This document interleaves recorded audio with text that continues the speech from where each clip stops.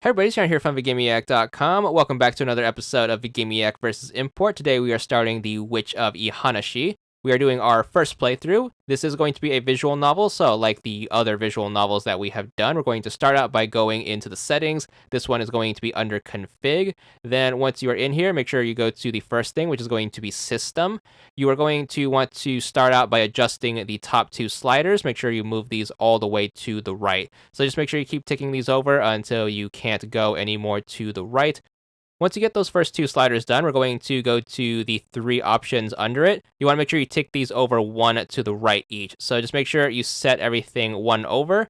For the third slider, you're going to move that all the way over to the right, just like the other two. And then for the four options under it, you're going to tick everything over one to the right as well. Make sure you leave the bottom most two options alone. You do not want to touch those. And then once you have everything exactly like that, B button twice to back out to the main menu and save your progress.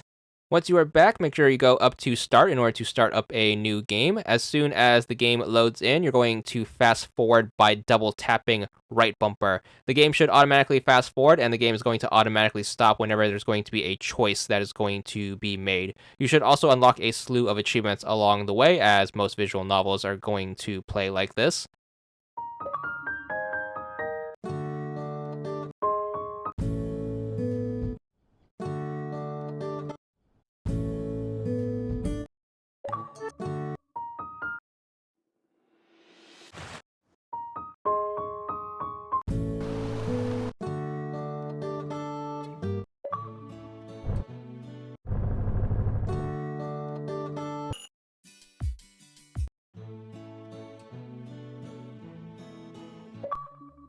So at about 1 minute in, you should get your first choice right here. You are going to generally always want to pick the topmost choice in this game, since it's going to be good enough to get you to the appropriate endings you need in order to get all of the achievements. So make sure you pick your first choice. Whenever picking a choice, you are going to have to re-enable the fast forward after. So once you are done choice picking, make sure you double tap right bumper to fast forward to the next one.